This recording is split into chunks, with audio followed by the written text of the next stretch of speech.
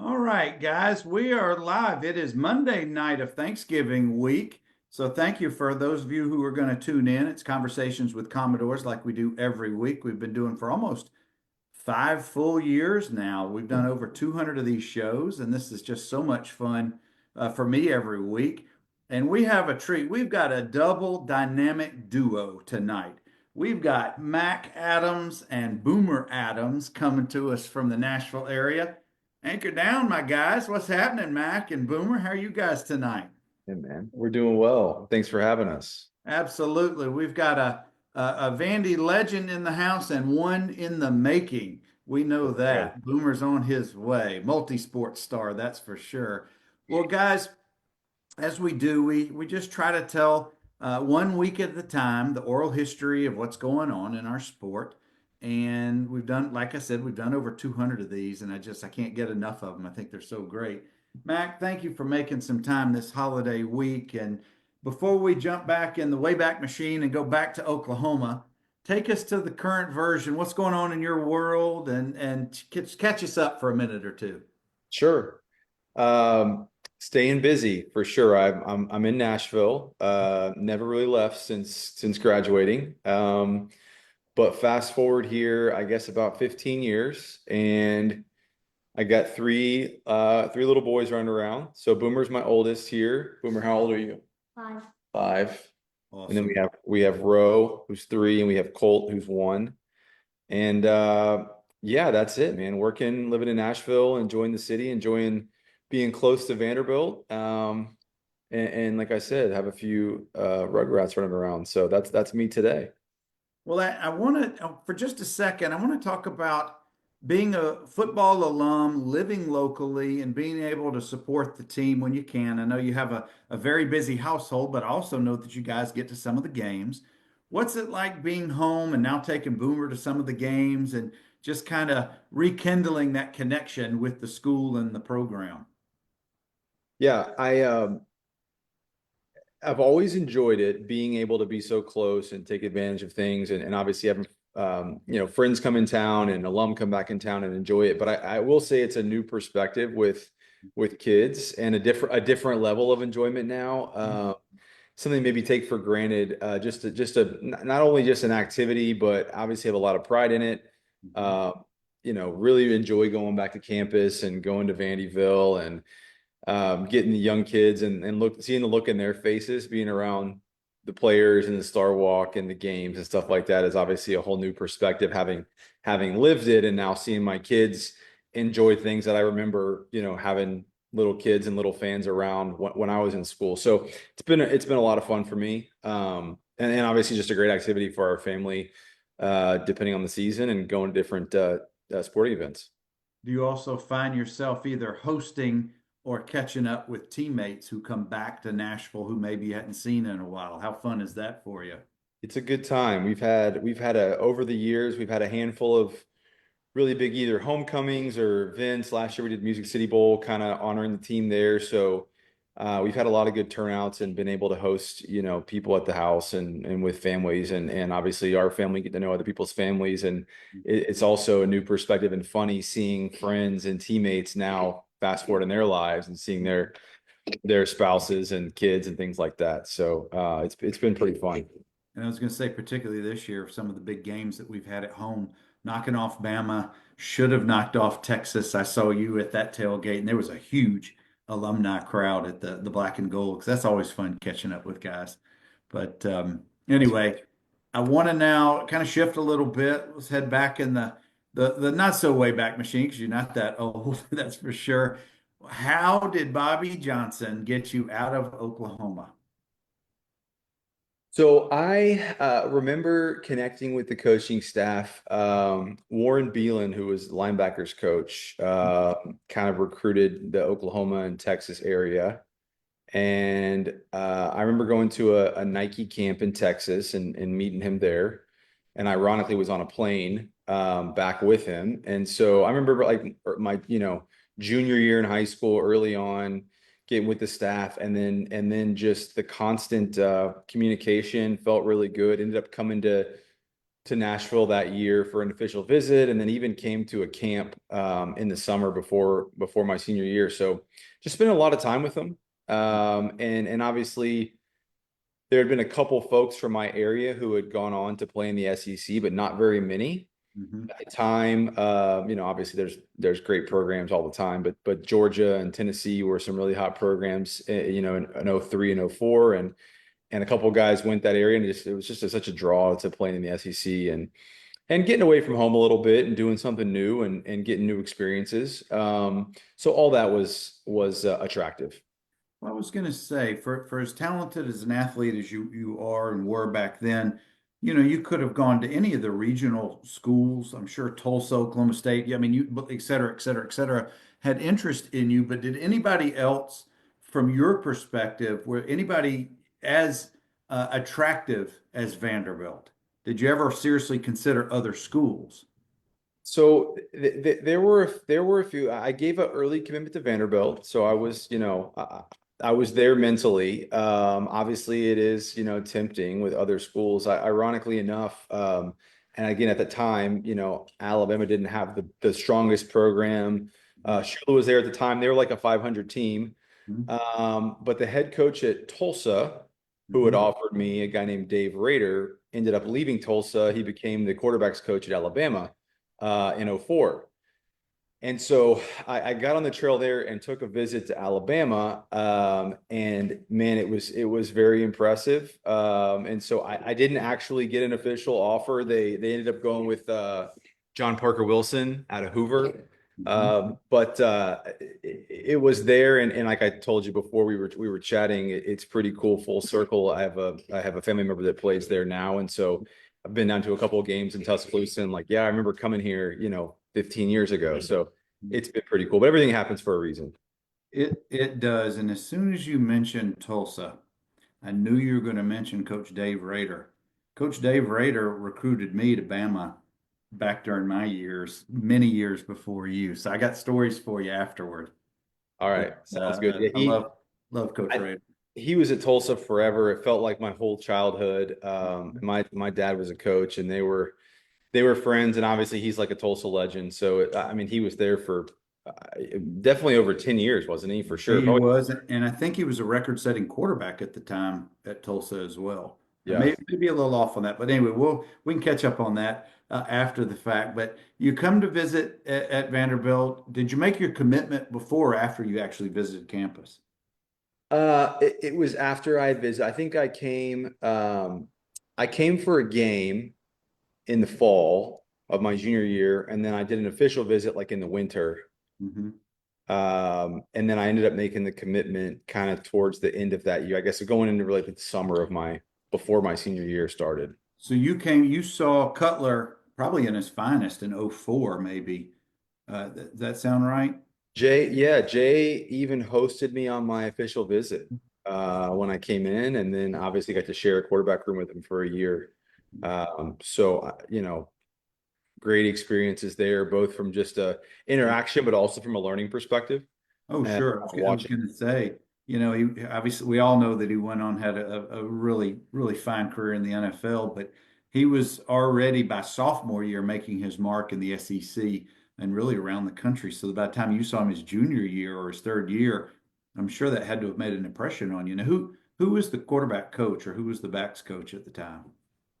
Quarterbacks coach was Jimmy Kaiser. Hmm. Uh, he was there for a handful of years before I got there, and I want to say '09 was his last year. I guess with that whole staff, I think, or maybe 2010 was probably their last year. I think most of the staff. Yeah. I didn't know if during your years there, if he was your quarterback coach the whole time or not, or if He it had. was. He was the quarterbacks coach the whole time. Yeah, all 5 years I was there. And that's pretty rare to have a staff intact like that. Coach Johnson did such a fine job during his years. But I want to go back. I realize you got Boomer sitting there, and other family members are going to hear some of this. And the statute of limitations has not expired. You're not old enough. I've checked Tennessee law many times, so you can share what you want to share. You don't have to share anything you don't. But how much of an impact was the recruiting visit, your hosts? Things that you maybe were exposed to from a athletics standpoint during that first visit. Were those things, was that enough of an impression to kind of seal the deal for you, so to speak? Yeah, I mean, looking back, I wouldn't say it was necessarily any one thing in particular.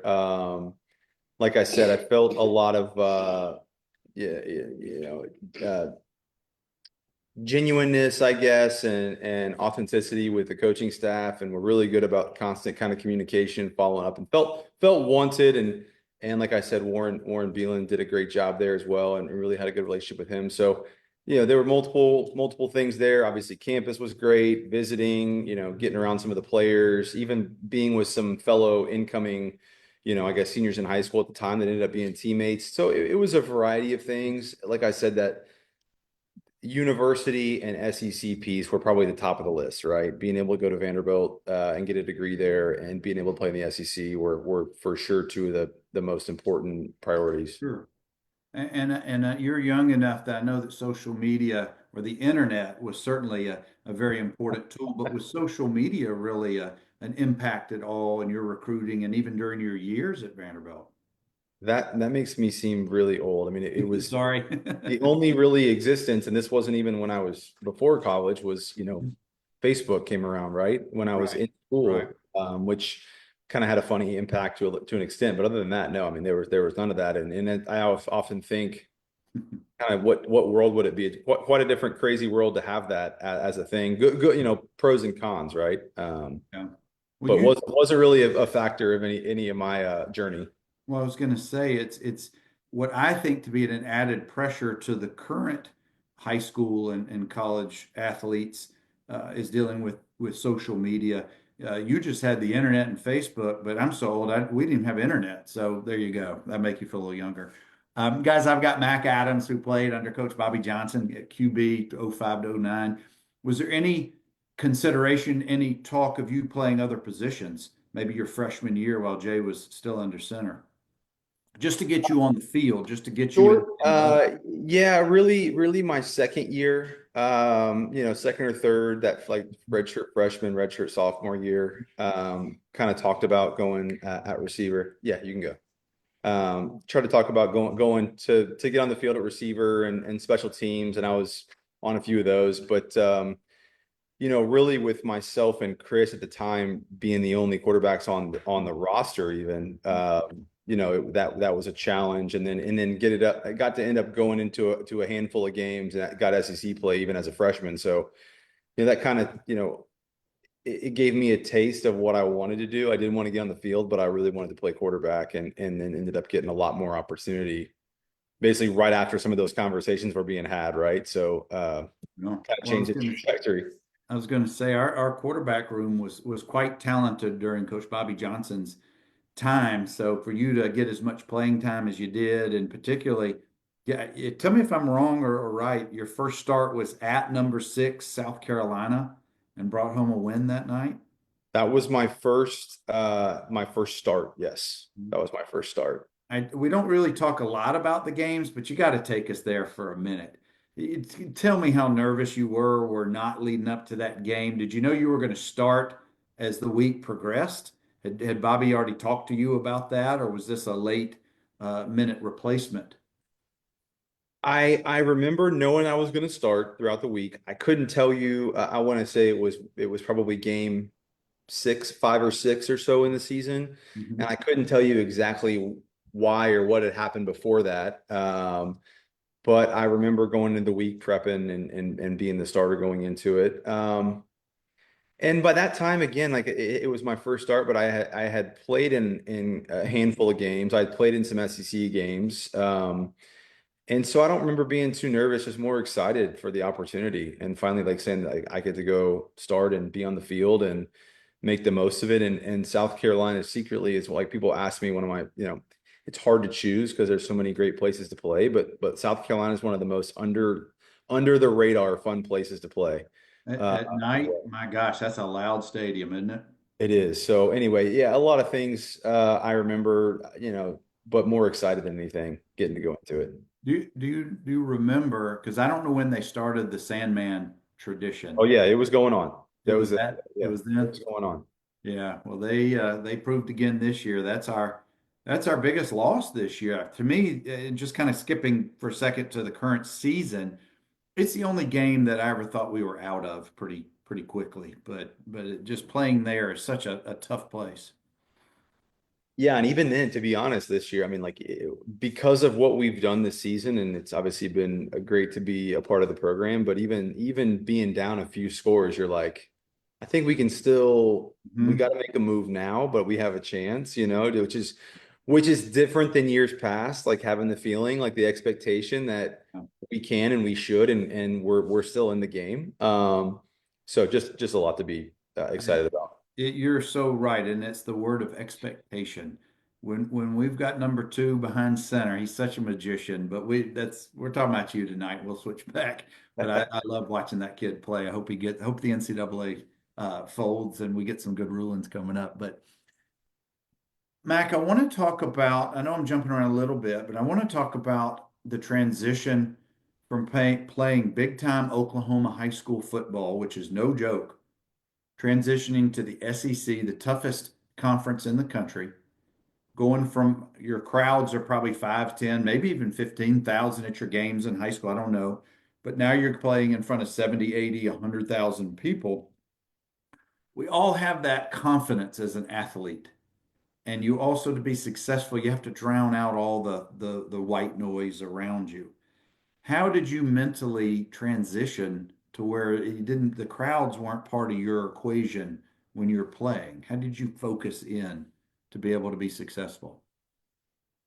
Yeah, and I hope it doesn't sound too cliche, but and I guess like I did get some experience not playing, but my true freshman year being able to travel to every away game Mhm. and going to all these places we're talking about and being on the sideline and being involved with the offense and on the headset and signals and things like that. Obviously, that doesn't prep you as much to play, but for the environment. But honestly, like that's the number one draw, I think, for playing in the SEC is like you get to go to these places, these massive programs with 100,000 people there and play. And to me, like, I hope no one takes offense to this. The away games were always more fun for me than the home games. I mean, it's not a crowd. Negative, it's like an energy, that you get to feed off of, and it makes it all part of the atmosphere and that makes it so much fun. So for me, it was always, again, an excitement and an opportunity to go play at these places and say, like, we're gonna go play well, we're gonna go show out, and it's gonna be so much fun. So that's kind of how I always looked at the away games. Yeah, and there's things you deal with around noise, obviously, but the excitement and the energy are obviously top notch. Share a little bit about Coach Bobby Johnson and what made him such a player's coach. Because I've never heard a single player say anything negative about Coach Bobby Johnson and the way he treated his team and the way he led the program.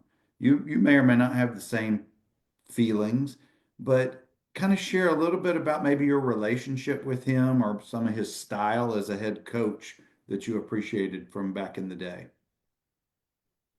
Yeah, and most people know Bobby wasn't the most, outspoken person. He kind of led in his own way by example. Over my time with Bobby, you knew that you knew what he stood for.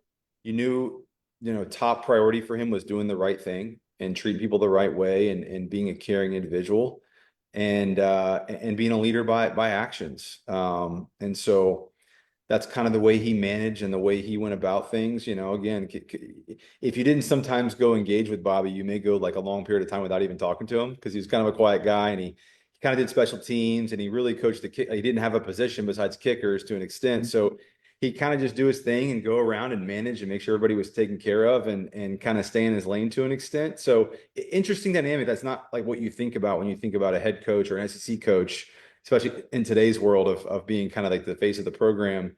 But he did it in his way, and you always knew, he was a loyal guy, and you always knew that he was doing what he felt was the right thing, regardless of any other circumstances. So that's kind of what I have to share about my experience, with Bobby. Well, sure, and it's extremely consistent with several of your teammates who've been here. But I wanted to go to that '05 season just real quick. We're talking about crowds. You guys win your first four games to start off the '05 season. You may remember this at Wake, at Arkansas, Ole Miss, and Richmond.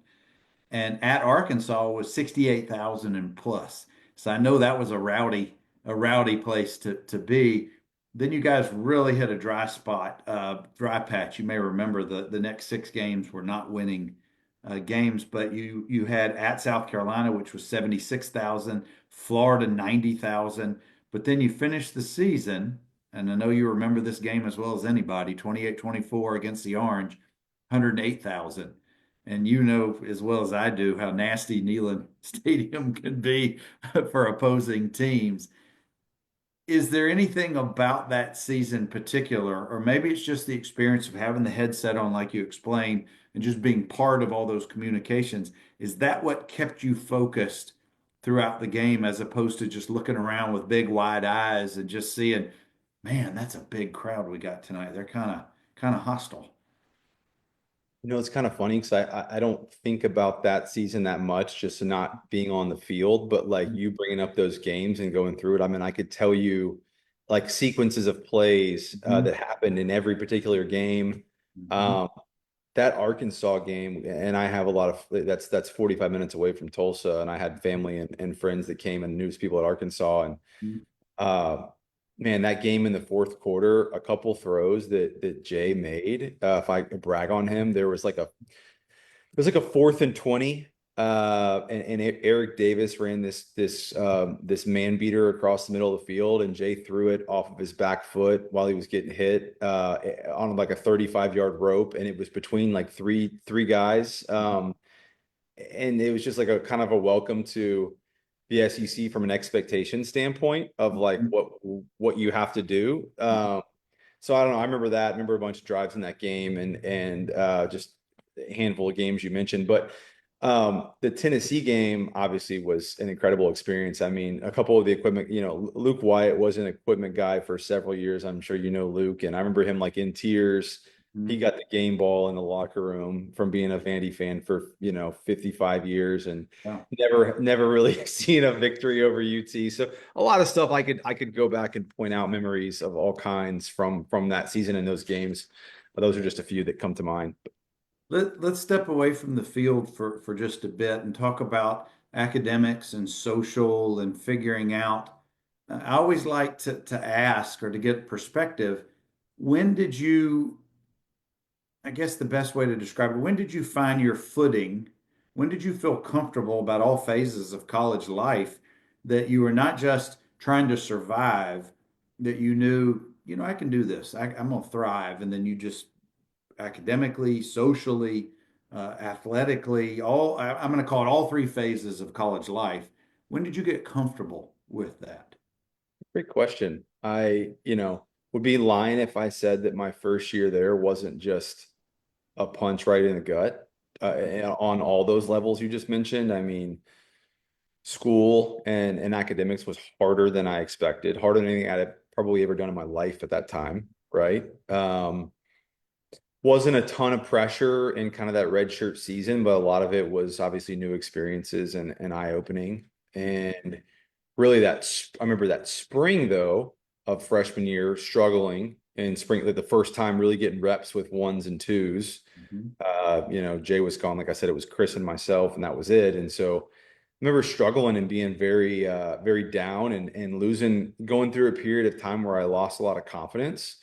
Mhm. And I don't think I was just mentally prepared for how difficult a lot of it was going to, like how the transition was going to be. Mhm. Um, but you stick with it, and to your point, like things get easier, you get better at them, and then going through the rest of the spring and the summer, and then really going into that second year, I went into I want to say week 4 or 5, we were at Old Miss, Mhm. and something happened with Chris in like the first quarter, and I remember not being super prepared to go in, but it was like, hey, you're in. My first real time with significant playing time, and ended up playing pretty much the whole rest of the game. And we lost, which I don't want to get into too much. We were terrible in the red zone and had a couple turnovers, but we had like 400 yards of offense. And I remember going in thinking, man, like this is just moving a little slower than I thought it was going to, like seeing coverages and seeing passing lanes and having a bunch of completions and a bunch of positive yards. And so I remember thinking like that year and really that game, and then academics around the same time, like that second year, you start to catch your stride. And then by the end of it, you're doing it in your sleep, obviously, like anything else in life, right? It's like a bike. And but I remember having a point where struggling there for a while, that like, probably second semester of my freshman year. It really sounds like what you're describing, the Ole Miss game, and we're going to talk about the Georgia game for just a second because that's a huge win at Sanford Stadium. It sounds like that's when you went from thinking to just doing as an athlete. Maybe your heart rate is slowing down. Maybe, as you said, the game is slowing down. You probably see it a little bit more advanced at this point. Did that really resonate with you at that time?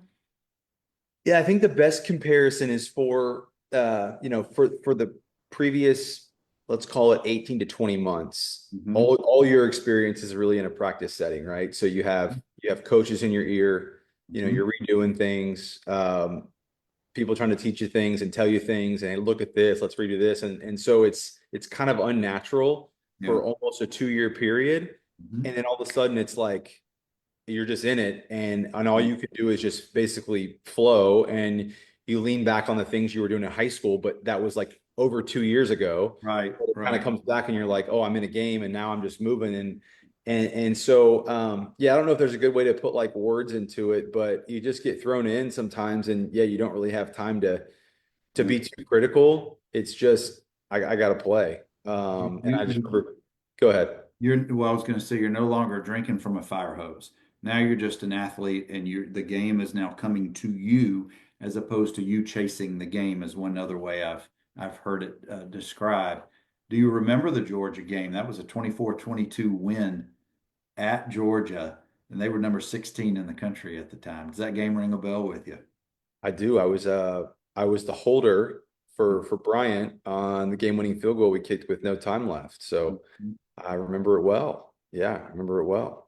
I mean, how nuts, now we see, well, even hometown, if it's a home game, the fans or the students even rush the field before the game's over and that all that craziness. Back then was Russia, and I know the Georgia game wasn't the example that we're talking what we need should be talking about, but was rushing the field for any big wins at home? Was that a thing for you guys? Or do you remember that ever occurring?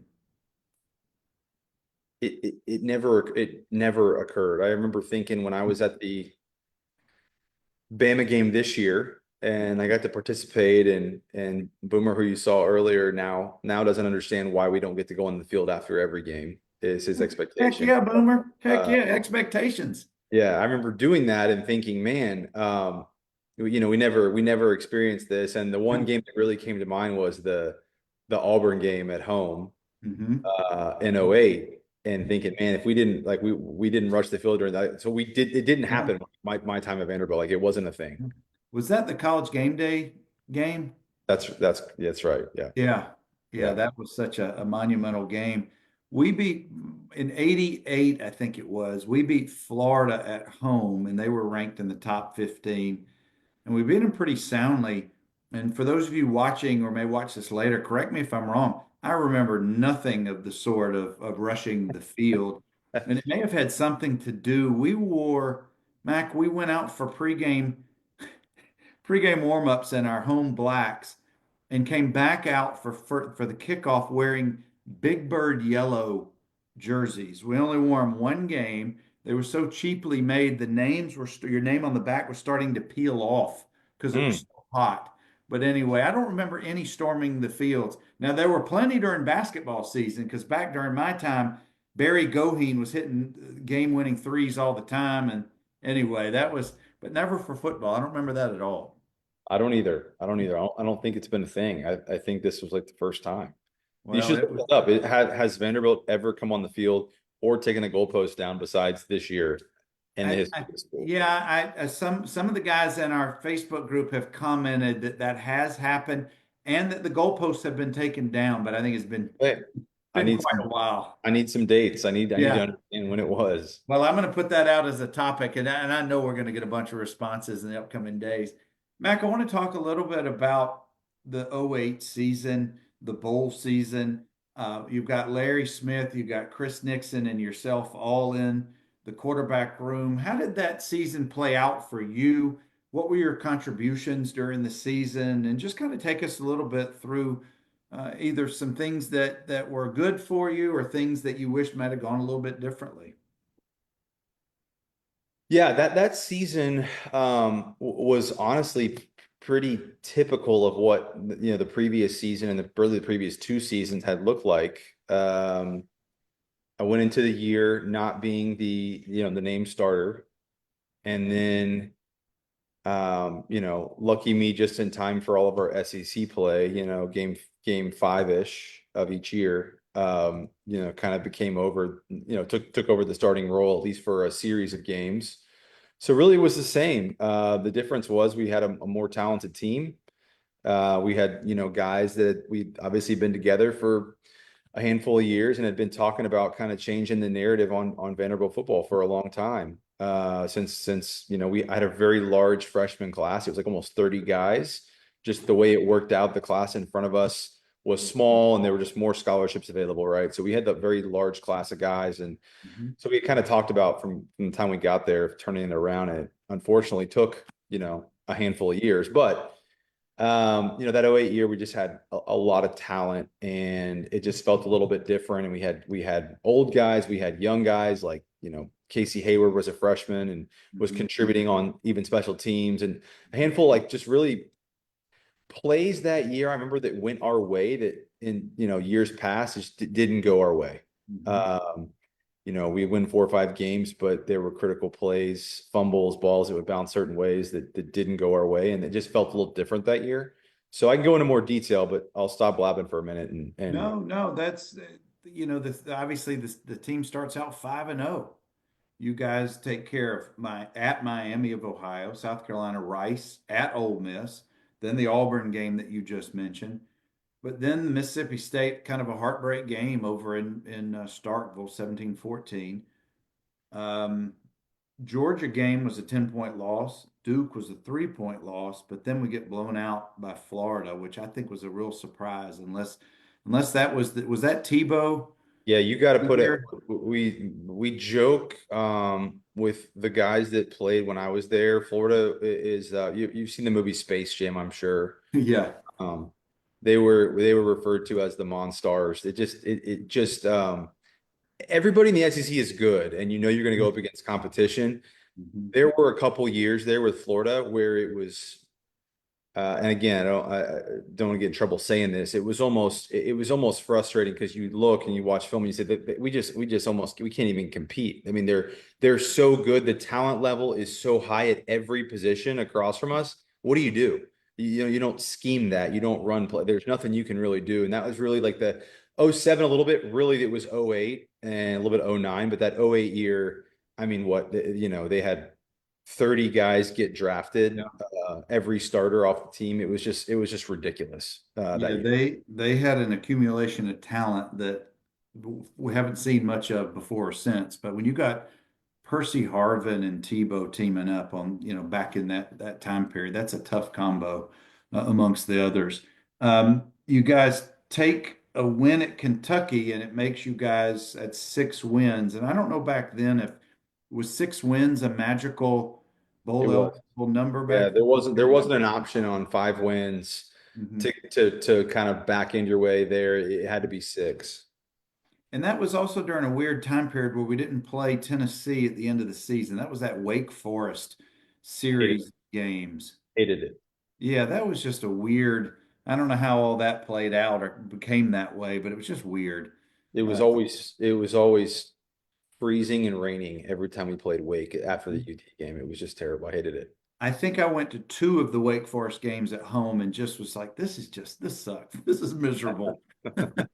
But then I want to take us to the Music City game, the bowl, maybe the coldest I've ever sat in the stands. I told you beforehand, I spent over $60 on hot chocolate for me and my family, but loved every minute of it. But how many games can you say that the bowl game MVP, the star of the game, is your punter. That's And ugly. That's ugly. it That's not good. yeah. It's not good for a quarterback.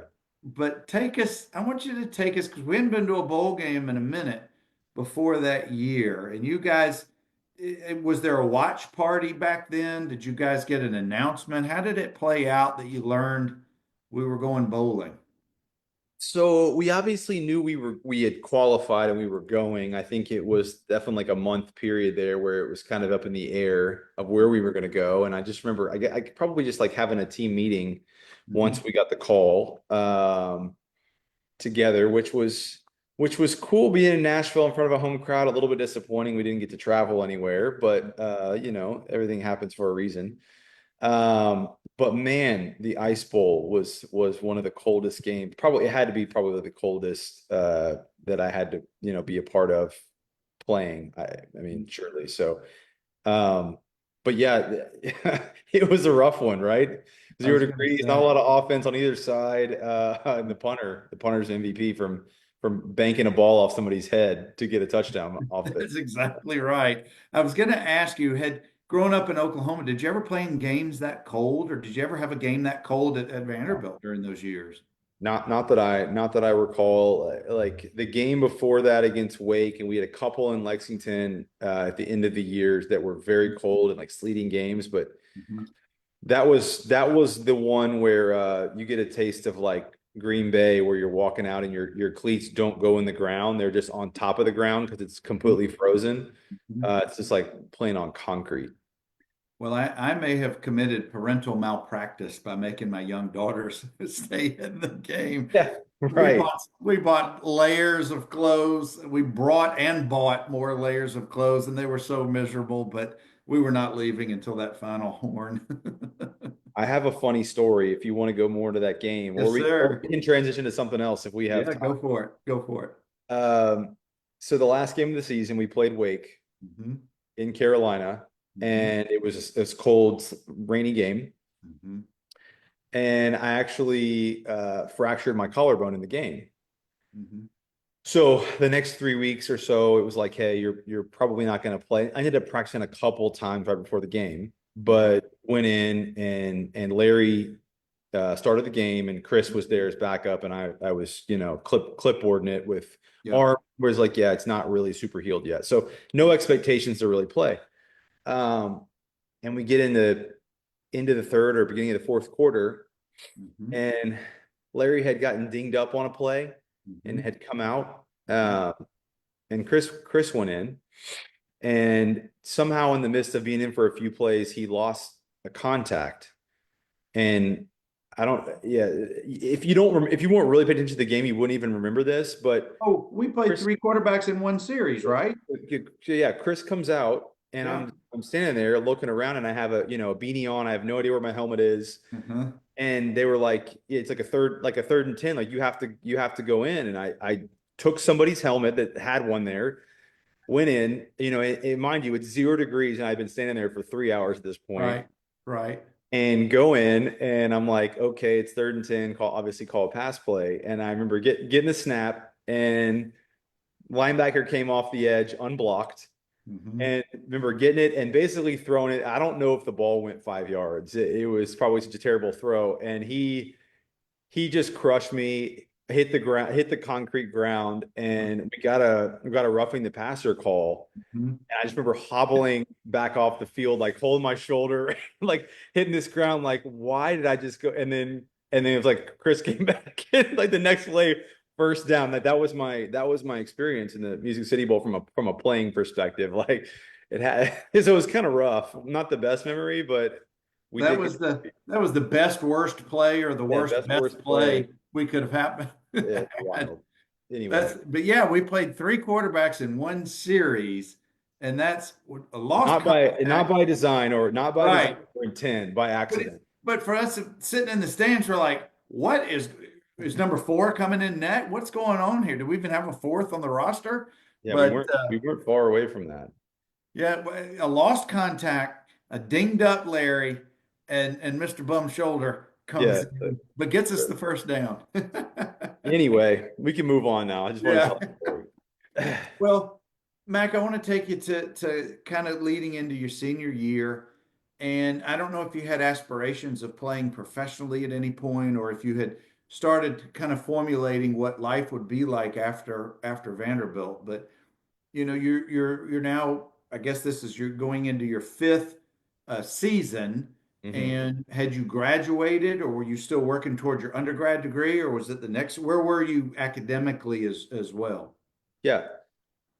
So I was able to start graduate school a little bit early. So I kind of was finishing up my undergrad degree, my fourth year, and starting on my graduate degree. And so was able to transition and graduate in the spring Mhm. with the '09 class, and then move into full-time graduate school, which was a blessing and a great opportunity.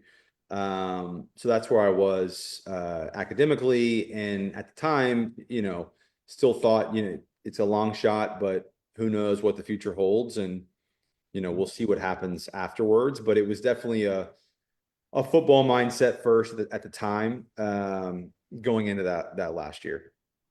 And now let's transition to that last year to the academically, was your class load more or less than it was during your undergraduate? Meaning, I guess I should say it this way, did you have to put more hours toward academics that you had compared to the previous years, or was it a lighter load for you where you could more focus on football related? So we had mentioned earlier how you kind of get in the swing of things, and school had become a lot easier, and then it was like another gut punch going into graduate school, and just the really the level of your classmates, and just what the expectations. So in graduate school, 9 hours is considered full time versus 12 in undergrad, and Mhm. so I had to start early. I took summer school, and then I had to take 12 hours in the fall and 12 hours in the spring to Mhm. do my full year and a half program in basically a year and a summer. Mhm. So it was above a full load, and it was again just a new experience of raising expectations academically, Mhm. um, for what was required to get that amount of work done in that amount of time. Mhm. No, and I know that you do get into that routine. You get into a comfort zone, but now you're kind of it's even more so academically. Now the '09 season didn't go obviously the way that we had expectations, but as you get to the end, and we can talk about any of those games that you want, but really where I want to focus is towards the end of the season, and you're seeing that the end of your Vanderbilt football career is coming to a close. At that point, did you know what you were going to be doing after graduation, or was that a work in progress? And coupled with that, the mindset when you know your football career, at least from a college standpoint, is winding down. That's tough for a lot of guys and the transition. Because for 5 years, you had been in a regimented program, part of a bigger team, and you were part of I guess, a close brotherhood. Was there a flood of emotions during this time, or how'd you handle it?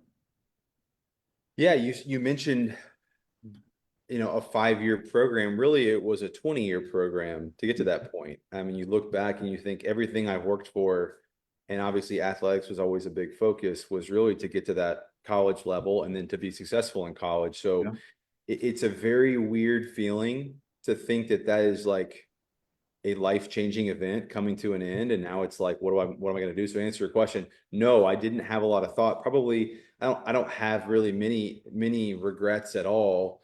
I think that's one thing now, knowing all the things I know now and about how much opportunity there is outside of athletics and outside of football, Hmm. probably not spending more time and having more focus on things outside of football, just knowing what's Hmm. available and what's at your fingertips if you really take advantage of it. But Wow. again, at the time, you're young, and all you know is athletics, and that's what you've been doing. That's what you're putting all your energy and effort towards. Hmm. Um, so, so yeah, it's a 20-year workup, and then it's like, hey, what am I going to do now? And I had no idea, to answer your question.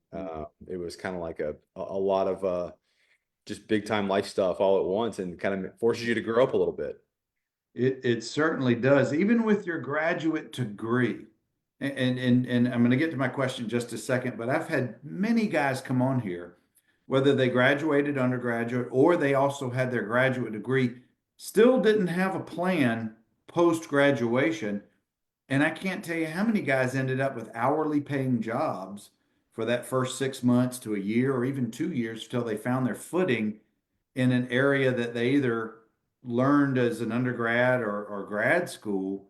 A lot of guys struggled because there just wasn't a network for them to tap into while they were still at Vanderbilt.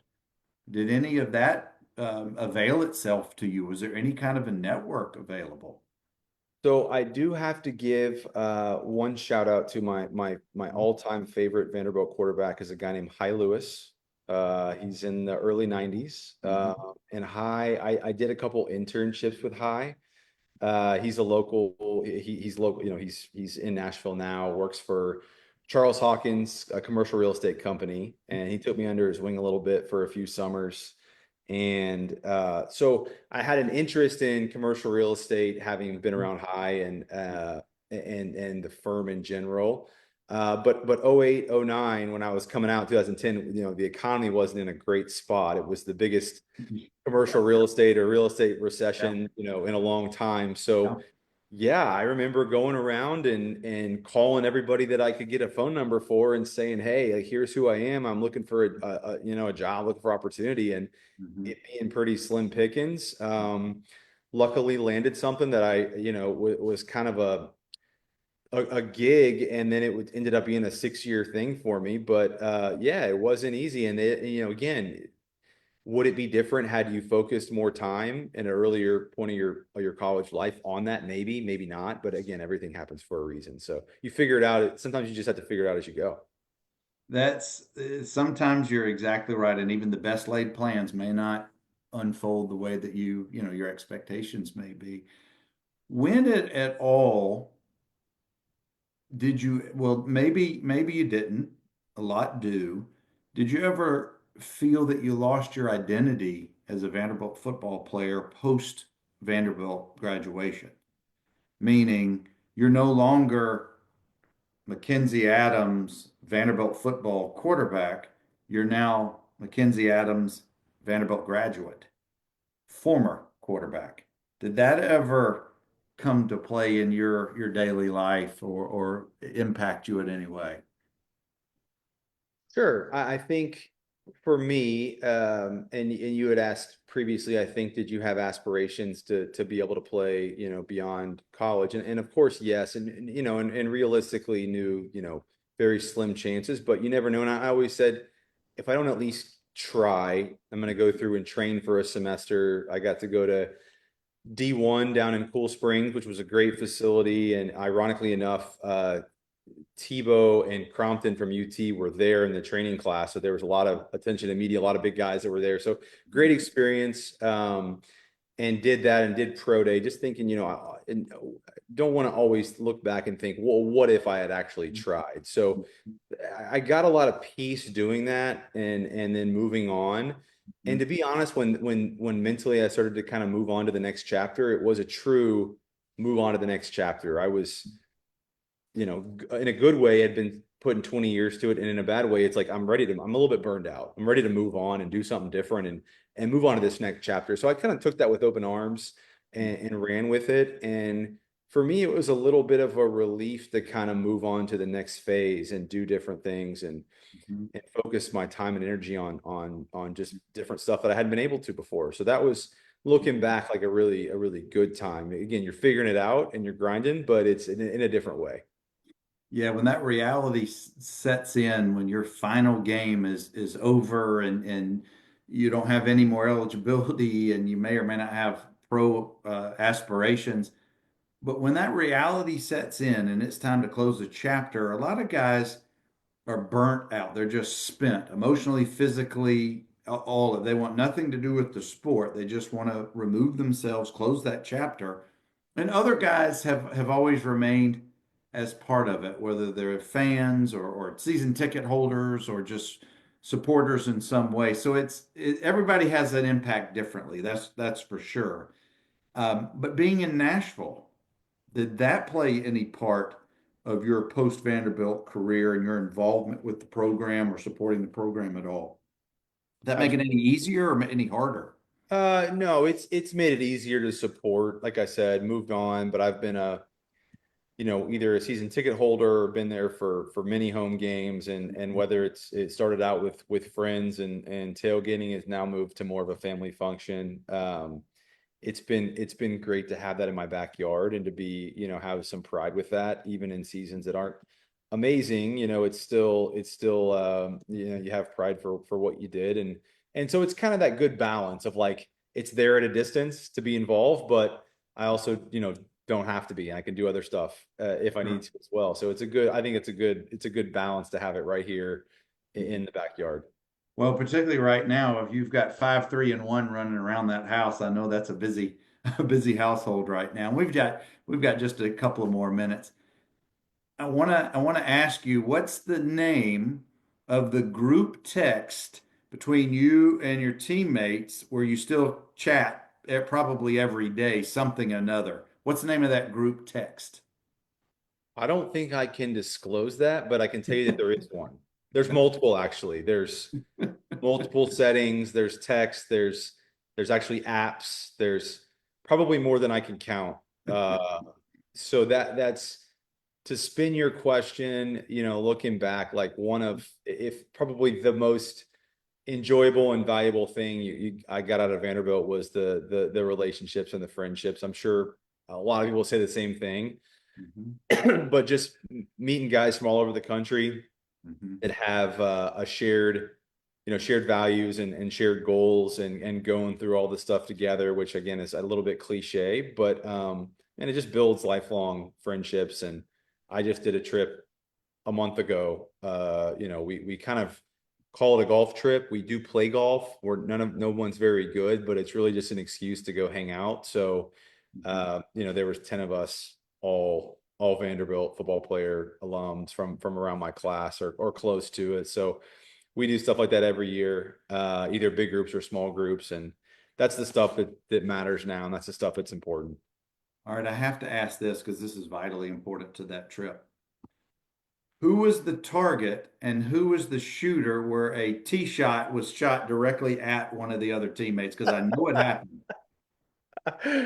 Again, you're asking me to disclose too much information that I can't, Just give but me a jersey number. We can research it later. I can tell you this that like especially if I'm on the tee box, I don't really have to be trying to hit somebody. Like I will hit somebody, not trying to. Basically, is how So my swing good. goes. So good. Yeah, it's a fun time though. It's a fun time. Tell me in those group texts that all you got to do is put out a one word that takes you guys immediately to an instant memory that just sparks either laughter or maybe you're crying or maybe it just Absolutely. immediately puts a smile on your face. Absolutely. The one word or the quick phrase or even the movie quote or now there's so much stuff you can do Yeah. with memes and all the kind of stuff you can pull off the internet. So yeah, a lot of fun times, and that's the stuff that I definitely cherish at the top of the list of those relationships still. No matter how many wins or how many losses or how many bowls that we go to, and some of us a lot more than others, it's those shared memories of going through the hell and the heartbreaks and the good times with your brothers. I mean, they literally are your brothers for 4 or 5 years that can never be replaced. And I think for me, and this is going to be a question to you, for me, and you've already briefly addressed it, that's as important of any of my college memories and experiences on and off the field. The goofy field trips, not field trips, but trips out of town to maybe go to Tuscaloosa to a basketball game and 10 of us all go on a Thursday night. Stuff like that that sticks with you forever. It's clearly, I know you've got to have similar memories and just look back in fondness on stuff like that.